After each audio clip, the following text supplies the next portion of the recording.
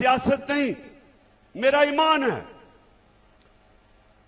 कि वो कौम, मुसलमान कौम, जब तक ला इलाहा इल्लल्लाह का मतलब समझते नहीं और अपने दिल में ला इलाहा इल्लल्लाह को नहीं जानती, वो कौम हकीकी तौर पे आजाद नहीं हो सकती।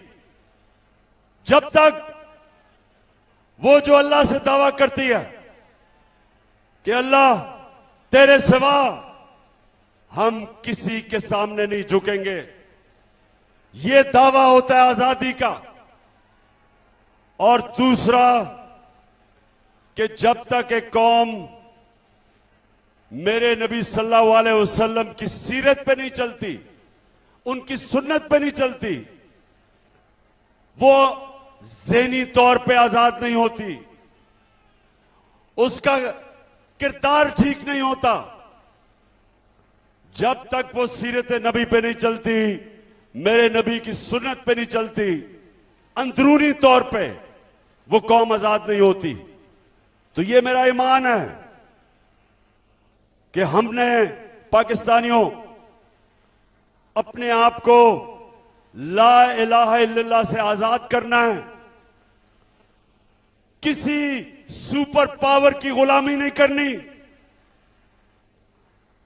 किसी के खौफ से उनकी जंग में शिरकत नहीं करनी।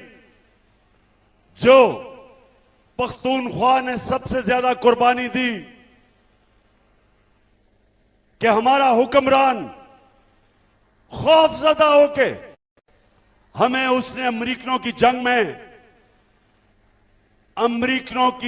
में शिरकत करवा के 80,000 पाकिस्तानियों की कुर्बानी दी, जिधर पख्तूनख्वा ने सबसे ज्यादा कुर्बानी दी। तो जो मैं आजादी की बात करता हूं, हम फैसले अपने मुल्क के लोगों की मफादात के लिए करेंगे, अपनी कौम को किसी और मुल्क के फॉरेन पॉलिसी के लिए कुर्बान नहीं करेंगे। यह है आजादी। और दूसरी चीज, कुरान में अल्लाह कहता है, जो लोग ईमान ले आए अल्लाह उनके खौफ दूर कर देता है।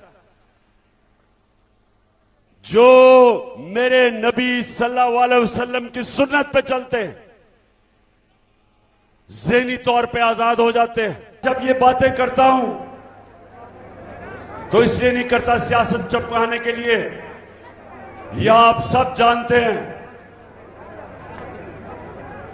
इन्होंने इस्लाम को बेचने की दुकानें बनाई हुई हैं।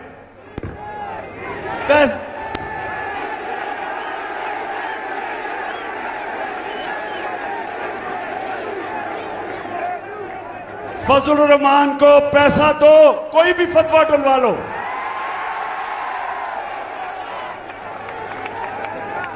तो सबसे पहले ये जो मैं आपको हकीकी आजादी की बात करता हूं, इंशाअल्लाह इसी तरह हमारी कौम एक अजीम कौम बनेगी।